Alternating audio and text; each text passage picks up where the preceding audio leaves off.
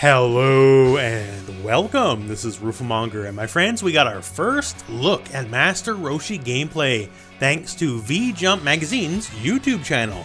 Now this isn't the big breakdown we're going to get on the Dragon Ball FighterZ show, that's sometime later this month, but still it is gameplay footage so we can have a look and understand some things that are going on with Master Roshi.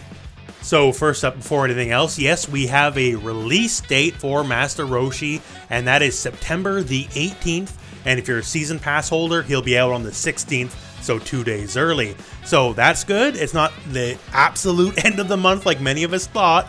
And of course, that means the patch will probably be dropping a little bit beforehand as well. Now, before we get into it proper, just keep in mind this is not the highest level gameplay you're ever going to see, and this is not a specific breakdown, so we do got to infer a few things, but thankfully a lot of it is pretty apparent, and we'll get even more details to look forward to when we have the proper Dragon Ball FighterZ show later this month. So before the gameplay, let's actually look at the colors. Not a full look at the colors, but just an idea, so we get some look here, and also I think color 8 looks really sharp on Roshi. So first up here is a look at his intro, and he's just twirling that cane for all get out. And I guess he's pretty proud of it. But yeah, so very well animated, looks great. Now the question on everyone's mind, what about the super dash? Well, it's there, sort of, in two different ways. So it's broken down, we have a command jump, as we thought about earlier, it was speculated on earlier, there would be a command jump. And we also have a manual Kamehameha directional move. So it would seem to be this case. So you can only do the Kamehameha movement while you're actually in the air. If your feet are on the ground, you have to start with the command jump. And the Kamehameha in the air is not necessarily a homing property like a super dash, but it seems to be, by going by the footage, it seems to be an 8-way directional kind of deal, as in you get to choose what direction you're going in. As in the footage we got, he's obviously not homing towards Krillin at all, he's going straight diagonally upwards. Now, as for other Super Dash stuff, the Kamehameha end of things seems to just bounce off basic Ki Blast, just, like a regular Super Dash, and the Command Hop seems to be just full-on invincible. The Ki Blast, it doesn't even interact with him. And then it makes you wonder, is it just invulnerable to basic Ki Blast, or is it just invulnerable to all projectiles? Because that could be a very big deal. The command jump is just a jump, so it doesn't have a hitbox like the Kamehameha backwards does. So if you don't do anything else, you will get hit out of it. You also get multiple angles of your command jump here, as you can see here. So this has pretty big implications for combo stuff. We'll have to see how it just turns out in the end. We don't know for sure, but it could be a pretty big deal. There even seems to be command jumps backwards, so Trunks, eat your heart out.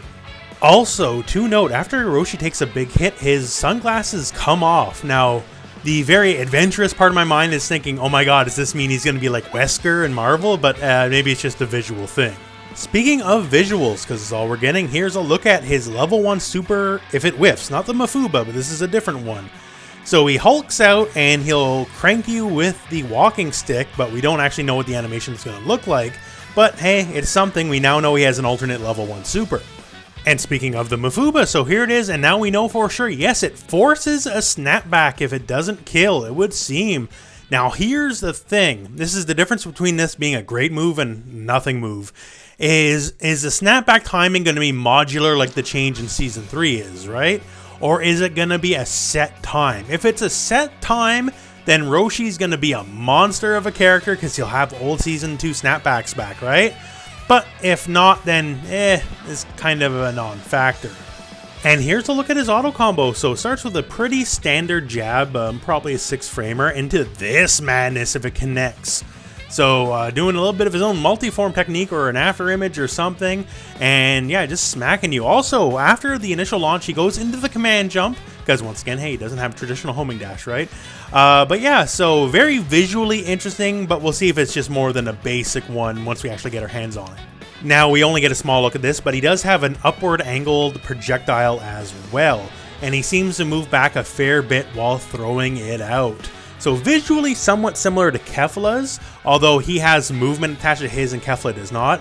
Now if we got an upward angled one, I gotta assume that's like, say, quarter circle forward or quarter circle back in your medium.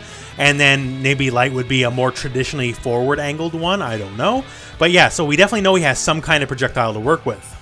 Here we get our first look at the air unblockable move. Now it's happening to an aerial Dragon Rush that's whiffed, so we don't really get an idea of the range, unfortunately. But one thing I'm a really big fan of is just how immediately in front of you it dumps you. So with the command jumps, like even if you up tech or back tech, with the command jumps, it looks like you should be able to be on top of them pretty easily either way. So it looks like it could have very strong Oki. We don't know the angle exactly. They said in the magazine it's supposed to be like a 45-degree angle kind of deal. But given the startup it looks like, it seems pretty fair. And once again, air unblockable. So much of what happens in this game is in the air, so it could be a very powerful move.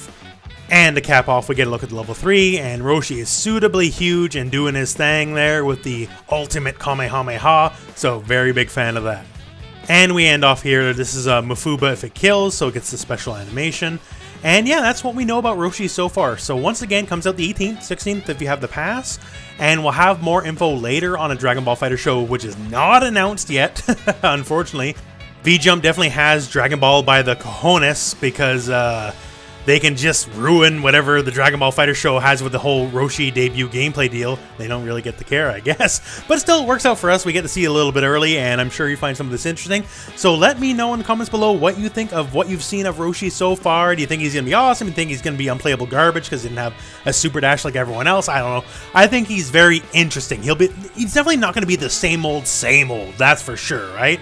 So we'll see in a little bit. We'll see later at the end of this month how he's going to turn out. Until then, I guess we gotta wait. Until then, that's the end of this video.